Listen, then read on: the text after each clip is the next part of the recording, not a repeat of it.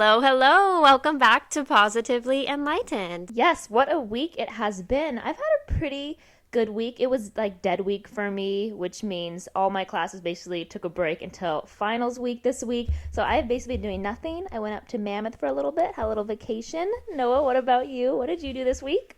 I also finished my classes for my Ooh. courses, so that is a huge achievement and it Yeah. feels so relaxing. And I watched so many Christmas movies since then. It's insane. And I did just book a trip to Indiana. Yeah, I got back from my little vacation and Noah's like, okay, so we're going to be leaving like January, whatever. Yeah, I'm going to look for another property to flip. So, She's flipped so many. We have to do an episode on that. There's going to be one coming soon. yeah, definitely. But yeah, other than that, it's been a pretty chill week. Yeah, it's been really nice. But today's topic is all about personality tests, a specific one. Do you want to talk about it? We're going to be talking about the enneagram test. So, the Enneagram is a personality test you can take, and at the end, it will tell you which of the 9 different personality types you have. And I kind of want to first start talking about personality tests, like our experiences with them. What do you think? Have you taken personality tests like in college or other times where you've had to take them? I'm going to be honest, before college, the only personality test I took was like, what kind of donut are you? Like on BuzzFeed. But in college, I have had to take a few for, I don't even know why. I think it's just for career reasons mostly, and they want to make sure that you can be like the best you can be. But I have taken a few. The most recent one I did was like a strengths finder test, and I found that all of my results from legitimate tests and not BuzzFeed ones all seem to be the same. What about you? What do you mean the same? Like my results are the same. I'm mostly like, oh, I'm a caregiver and a Oh, sensitive person. gotcha. What about you? Okay, so it's kind of weird. Same thing in college. We would have to take all these it's a different lot. tests. I think it was for business, marketing, communications courses. But it was so weird because I would always get like equal on everything. Oh, like So you if, were the same. Of yeah, if you all could the be like 5 types, I would be like 25% of every Interesting, type. yeah. It was so weird. And we would have to like write, okay, write a paper about like which type you were. And I would be like, okay, we're kind of all even. I don't know what it is, but it would just, I wouldn't be able to be mainly one. That's really interesting. Yeah. So I was curious with the Enneagram, which is very popular, how that one would work out. I really like that one because it shows you that you can have traits belonging to other groups as well. But yeah, it's cool. It's like a fun little test that can also be really useful, I think, since you can use it in learning to better yourself, build healthier relationships, and it can just help you a lot in your life, I think. Yeah, it basically is a test that will help describe your personality, your worldview, Your strengths and weaknesses. how you perceive others. So and you can look at what it is, but it's basically like a circle with triangles inside of it. And depending on your results, those triangles show what number you are. Yeah, it's pretty cool. And then there's also wings, which we'll get into a little bit further because I didn't know what the wings were I'm still a little until confused. now. I'm hoping you can explain it to me because I'm still a little confused. Yeah. And the craziest thing about the Enneagram test to me is I was wondering, like, when did this start? Because I feel like I've heard a lot of my friends and family say more things about it. And I was looking it up, and some people were saying it's 4,500 years old. Whoa. I know. And then others said it was based on Greek principles, so like 2,500 years ago. Wow. I know. I had no Interesting, idea it was that old of a test. And Ennea, the name of it, Ennea means 9 in Greek. Oh, I'm learning a lot today. This is all stuff I didn't know. So there's 9 types. Do you want to talk about them or? Yeah, I think we can like split them up a little bit. But the first type Is the reformer. So I'll give you just a quick rundown for each type. So number 1 is a reformer, usually very self-controlled, could be like a perfectionist. Right. Number 2 is the helper. They're usually like a caring type of person, generous, people pleaser. And then 3 is achiever, usually success-oriented and driven. 4 is individualist. Yeah, someone who's really sensitive, withdrawn type, but also really expressive and can be dramatic. Yes. 5 is the investigator, which, like the name, you can be very intense. It could be secretive. Yeah. Number 6 is the loyalist. It's a really committed person, security oriented, really engaging and responsible. 7 is enthusiast, very fun-loving, but could be easily distracted. 8 is the challenger, which just scares me by the name. The powerful, dominating type, self-confident, decisive. And then the last one, number 9, is peacemaker, usually easygoing, very agreeable. Yeah. So those are the 9 types. And I was very curious what your type was going to be just based on the names. And we actually ended up taking 3 different Enneagram tests. Yes. The first one we took was on a site called Millennial Grind. What did you think of this site and taking the test on there? You know, all 3 tests. Well, I took 3. I think you might have taken 2. But I did take 2. I was very confused for a second. I was like, well, I I didn't do that. ended up taking another one, and I'll tell you why in a minute. But the Millennial Grind, I had heard that it was a very quick and easy one. So I kind of just wanted to try it out and see if my results would be the same on a more thorough one. Yeah. I think there was like 20 questions. It was very short. Very short. The questions were very easy to answer. Yeah. It was yes or no. It wasn't like levels. I have to cut you off because I didn't think they were that easy to answer because I overthought every single one. I thought they were like a little too vague. I was like, what does this mean? This didn't mean like you that. could definitely overthink them. Yeah, so I answered neutral for a lot of mine because I was just so confused, and I thought that could have got my results a little mixed up. Yeah, that I could see that. And plus, there was so little questions. It was like a high percentage on each one that you answered. I was so stressed out. Personally, I wasn't a huge fan of the test. I had mixed feelings just because I thought it was a little too short. And it reminded me of a BuzzFeed quiz, kind of. I think that's like what... There was like a picture, and then you answer. And then a cute picture. Yeah. Yeah. But also, like, one of the pros was it didn't take long. So if you are just a little curious, don't got a lot of time, it's a fun one to take. But looking at the other test results, I don't know how accurate it was. Yeah. Okay, the other one we took was on Truity.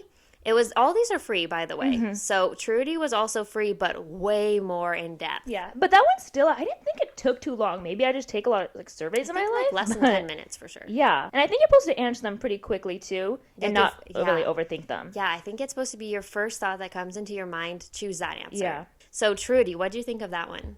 I really like this one. What was really cool to me is that they broke down how well you fit into each of the 9 personality types, which I don't think the other site did that, or I didn't see that. I don't think so either. Yeah. But you could really see all of it. It said that I was 99% type 2. Was your result that high on the main one, or were you kind of split up? Does that make sense what I'm saying? Yeah, because it does. So it breaks it down into a percentage for each number. Yeah. So I did have one, I think my highest was like 97 or 98 for that one. But then the other one I got was 88%. Oh, like your second one? Yeah, my second one was 81% match for type 3, and then I got a 77% match for type 4, which is what I got on the first test that I took on the Millennial Grind site. Okay, so your number 1 was what, though? On Truity? On the second Truity. one? On Truity, I was type 2. Okay, so we'll say that you're mainly a type 2. And then what'd you get on Millennial Grind? 4, the individualist. 4. Huh, that is so interesting. I took the Millennial Grind and got 1. And I don't know, the one I read what it was, it didn't really seem that relatable to me. And then Truity, I got the 8, the challenger. And that one was more in depth, so I read it and I was like, okay, I guess that could relate to me. But then I was curious if all tests gave me a different result, so then I took one more. I didn't tell you. Why stop there? I took another one. It was called Eclectic Energies. I think I've heard about that one, actually. One of the people I talked to took that one. Okay, so I took it on there, and then I got a 3. Oh, wow, you're really all over the place. So I got a 1, an 8, and a 3. What are you? I don't know. But... I mean, I would say Eclectic Energies was also more thorough than Millennial Grind.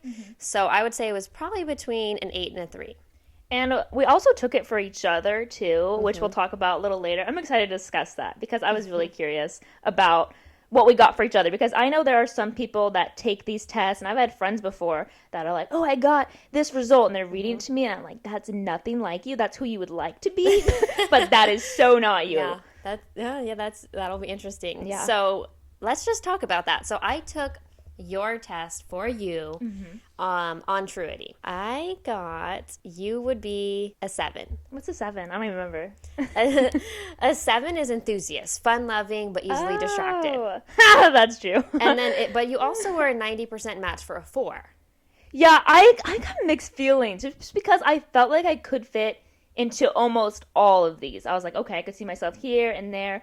when I took it for you, okay, I was so indecisive. I was more indecisive on your test than I was on mine. And I was like, oh, would she think this? Is this how she I thought thinks? about yours. Yeah, it was hard, especially future questions. Like, do you think about the future a lot or think what the future will hold for you? Because that was a lot of the questions. Like, I am confident what my future holds. How did you answer those? Do you remember? I put neutral.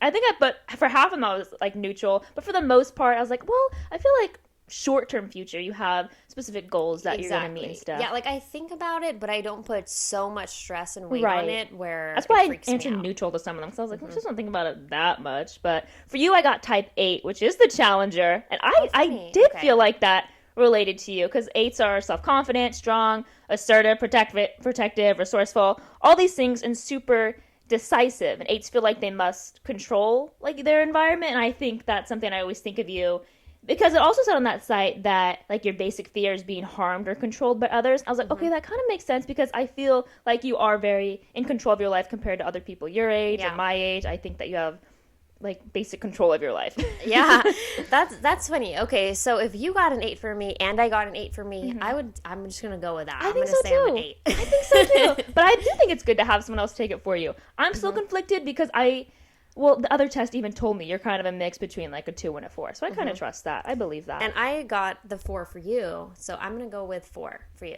Got it. And the 4 is the individualist, so sensitive and sometimes dramatic. Yeah, I felt called out because it was the same thing. So I think I'm a mix between a 2 and a 4 because when I took the test, it was like 2s want to be liked and find ways that can be helpful to others so they can be loved and belong. I felt attacked when I read that because I think for a long time I didn't notice that this wasn't a normal trait for people to have. I assumed that everyone wanted to be liked and cared about, and hearing this about myself again and yet another test made me realize how many just like pros there are to taking these types of tests and how much you can learn about yourself. Yeah, you can. And I do want to talk about the wings because I think that will help even more. Yeah, so I kept on seeing like you can be a 7 with a wing 6, and I was like, what does that mean? So the wings are basically the numbers next to you. So for me, I'm an 8, so my wing could be either a 9 or a 7. So it's 1 up and 1 down right next to your number. And then the wings are kind of something that you can transition into, or some days you can lean more on. So kind of like what you're saying, you might feel like you're a different number. So you could be a 4 with a wing 3 or a wing 5. And those are just the ones that are closely related to you, which are kind of like a mix of. Okay, that's pretty cool. I trust that even more then, just because I think a lot of people don't fit into one certain category. So I think knowing more about the wings definitely can be helpful. Yeah, and people change even people as well as ourselves, we change so much depending on our environment and what we have going on in our lives. So it definitely makes sense that you can have a wing where maybe one day you lean more on a different number, but your central number is 8 or whatever. Yeah, because when I asked my friends to take this personality test, they were saying that they had taken it in high school, but they're going to take it again for me, which was really sweet. Shout out to you guys for taking it again for me. Yeah, thank you. Because I was curious. I want to know more than just our results. Like, was it accurate for other people and what they thought of it? What did your friends say? A lot of them said that their results had changed from high school, and which that just clearly makes sense. But in high school, they're more like the indecisive types of people, and as they grew older and now out of high school, their results are more decisive type of people that fit into those certain personality types, which was really cool to hear too. I was proud of them. I was like, oh, you guys are growing. Yeah, that's interesting. I did take a poll on my Instagram, and I would say out of the people that took it, 70 to 80% of them said yes, they did feel like after taking this test, the results were matching to their personality. Yeah, I asked a lot of people too, but actually I only got one person that said they didn't feel it was super accurate, and the person that said that was a type 4 person, and that type of person can usually see themselves in many different personality types. So I think that's why they kind of thought it wasn't super accurate, because they were like, oh, I could be this, I could be this, because that's just kind of what a type 4 is. Yeah. Yeah, that was so interesting. So on the Millennial Grind, there was all these different options of other Enneagram tests you could take. Fun. We kind of just were like, okay, let's do this one. Let's do this one. Yeah. So there was like, what type of number should you date? Which one are you compatible with? What's the best career for your Enneagram type? What'd you get for the person that you should date? Do you remember? I did. So mine said I should date a type 6. which is The loyalist, Oh! responsible, committed. I think I've looked up. I think I was so curious about you. I looked up who you should date too, and I saw that too on many different sites, and I was like, yeah, that checks out. Oh my I gosh, can what see what that. did you get? For mine, it said okay on Millennial Grind. It said I should date a type 1, which is the reformer. I didn't feel that. I was looking them up more, and I was like, this seems like a terrible match for me. The But description. what if that's who you're more drawn to? That's what, oh my God, that's what I have written down. I thought that because I was like, I think these are the people that I'm naturally drawn to and the people that are drawn to me, but it's not healthy. No, it's not. Because No. Maya is a very outgoing, outside thinker, very accepting, always up for an adventure.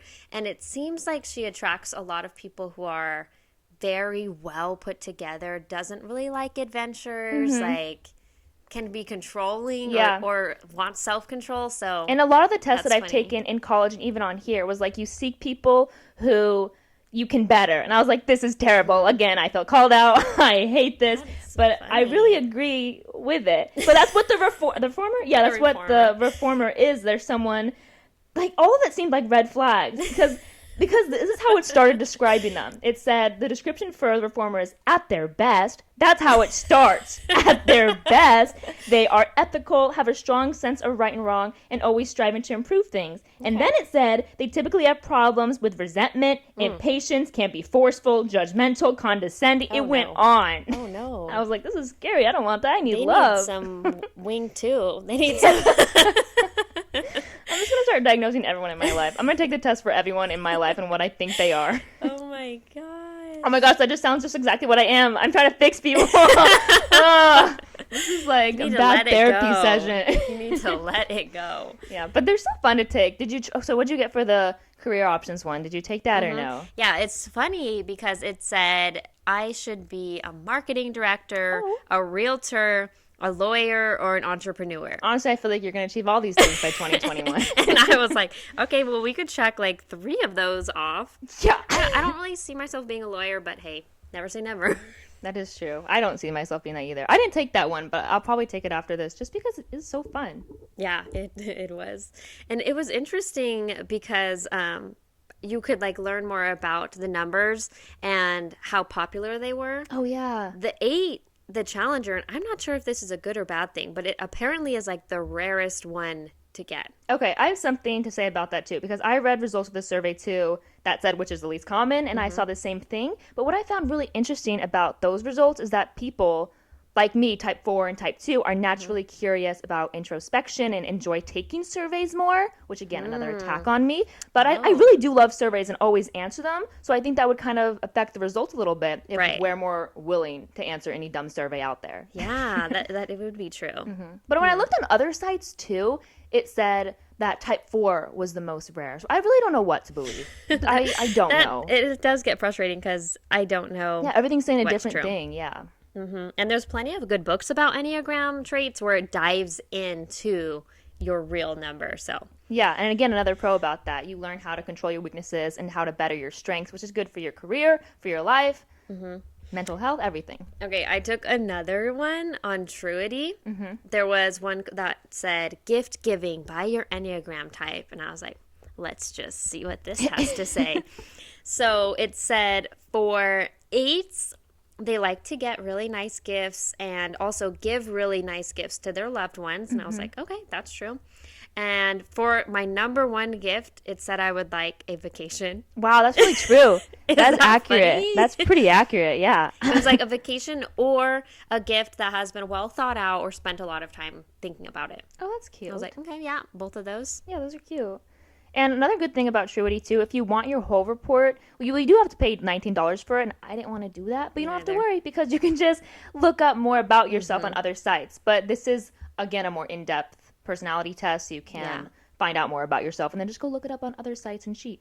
Yeah, no, it was really interesting, though, because it kind of tells you things that you should work on or what you should look out for with your number. And I the thought that people was really you helpful. attract. Yeah, the people you attract and how you want to, if you want to attract different people, what you need to do. Yeah. I thought that was really interesting. And just how you relate to other people, too, because if you're like me, a type 2, and are someone who naturally tries to help people and be optimistic, then you may find it pretty hard to relate to someone like type 1, like a perfectionist person who usually sees life as either wrong or right and no in between. It can be kind of difficult to relate to someone. Yeah. Yeah. I just think knowing more about yourself in these types of ways, again, can just help you in your career too. It's just all positives. Do that. And then the last thing I wanted to mention was learning about these other numbers. And then if somebody does know their number, then you know how to communicate with them. Yeah. Because you know more about them. Because a lot of the questions on the test were about people who like break the rules more, who stick to rules more. And yeah, it can really just help you with your relationships too, with other people. One person that took the test for me, or not for me, but they have taken the test and they were talking about me to it. And they said that their boss actually made all of them take the Enneagram I've heard test. about people doing that, yeah. Yeah, because the boss wanted to know, how do I communicate better to all my employees? What do they need to be more motivated? Good little company. That's cute. I know. So that was really interesting. So it's really being, I feel like, adapted into more different places, like the workforce or... Yeah, and I've done that, I remember in high school too, where we'd have group projects, and to separate us into certain groups, they'd have us take a sort of test like this, a personality test, and then pair us with people who would bring out like good qualities in us. And sometimes people would get in groups where they'd have people that would challenge their ideas. It was really interesting. It's pretty cool. Wow. Yeah. That's all we have for this podcast. Thank you so much for joining us. Yeah, thank you guys. And don't forget to check out our Instagram too, because we will be having a giveaway again once we reach 500 followers. Oh, and don't forget to leave a review too. I know we say it on every episode, but it seriously makes us so happy, and we love just hearing about how much you guys enjoy the podcast. Thank you. Bye. Bye.